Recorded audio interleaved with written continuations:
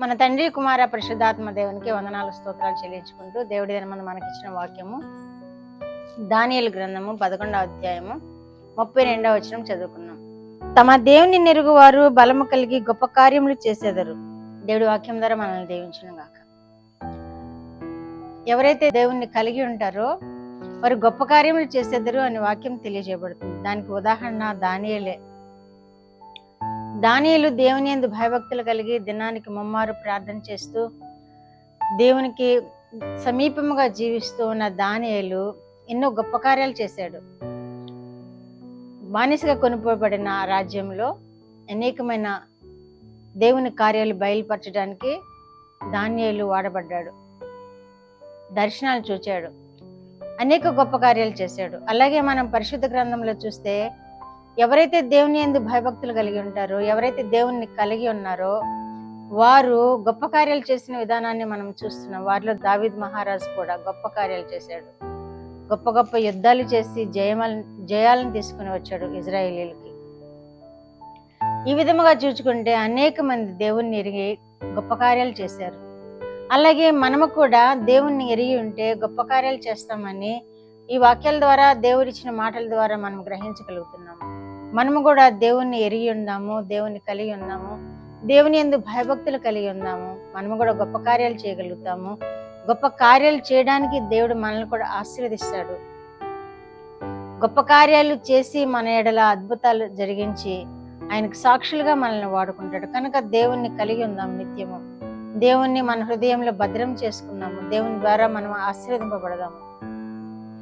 మీకా గ్రంథము 5వ అధ్యాయము 7 నుండి 9 వచనాల్లో యెహోవా కురిపించి మంచు వలె ఉంటారు అంటున్నారు.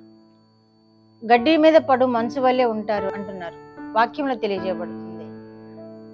కొదమ సింహం వల్లే ఉందురు అని కూడా తెలియజేయబడుతుంది. నీ హస్తము నీ విరోధుల మీద చాచియుండును, బలమైన హస్తముగా చాచియుండును అని కూడా తెలియజేయబడుతుంది. ఇవన్నీ కూడా దేవుని ఎరిగిన వారికి కలిగిన ఆశీర్వాదాలు. వారు అన్ని విధాలుగా ఆశీర్వదింపబడతారని, అన్ని విధాలుగా జయం అందుతారని దేవుని వాక్యం మనకు తెలియజేయబడుతుంది. యెహోవా కురిపించి మంచు వల్లే ఉంటారు అంటున్నారు. యెహోవా కురిపించి మంచు అంటే అది మనకి వర్షాలు లేని కాలంలో విస్తారమైన మంచు పడి మన పొలాలకి ఎంతగానో సస్యశ్యామలంగా ఉండే విధముగా చేస్తుంది. మన భూములు ఎంతో సస్యశ్యామలంగా ఉండే విధముగా మంచు చేస్తుంది.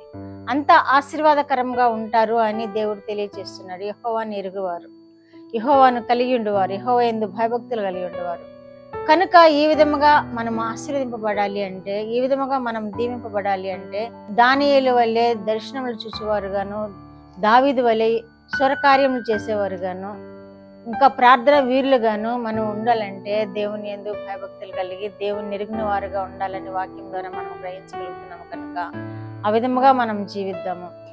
దేవుని యందు భయభక్తులు కలిగి ఉందాము. నిత్యము దేవుని ఎరిగిన వారముగా ఉందాము. నిత్యము మన హృదయములలో దేవుని ధ్యానించే వారముగా ఉందాము. అప్పుడు దేవుడు మనల్ని కూడా ఈ విధముగా ఆశీర్వదిస్తాడు.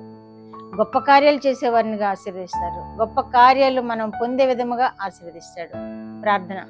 మా దేవ, మా ప్రియ పరలోక ప్రభువా, మీ పరిశుద్ధ పాదములకు వందనాలు నాయనా. మాకిచ్చిన వాక్యం కొరకు వందనాలు ప్రభువా. వినిచిన బిడ్డలు కూడా నాయనా మీ యందు మా ప్రభువా నిలిచి ఉండి మేము నెరిగిన వారే ప్రభువా, వారు కూడా గొప్ప కార్యాలు చేసేవారుగాను, గొప్ప కార్యాలు అనుభవించేవారులాగాను వారిని ఆశీర్వదించండి ప్రభువా. నాయనా దానియేలు యవనస్తుడయ్యండి మీకు ఎంత సమీపముగా మీకు మహిమకరంగా జీవించాడో, యవన బిడ్డలందరూ కూడా ఆ విధముగా ప్రభువా మీ యందు భయము భక్తి కలిగి మీకు ఇష్టమైన బిడ్డలుగాను వర్ధిల్లునట్లును, ఈ లోకంలో ఆశీర్వాదకరమైన జీవితములు జీవించగలిగినట్లును యవన బిడ్డలను మీరు ఆశీర్వదించమని యేసుక్రీస్తు వారి పేరిట ఈ మనవులు మీ పాదముల యొద్ద వేడుకుంటున్నాను పరమ తండ్రి. ఆమేన్.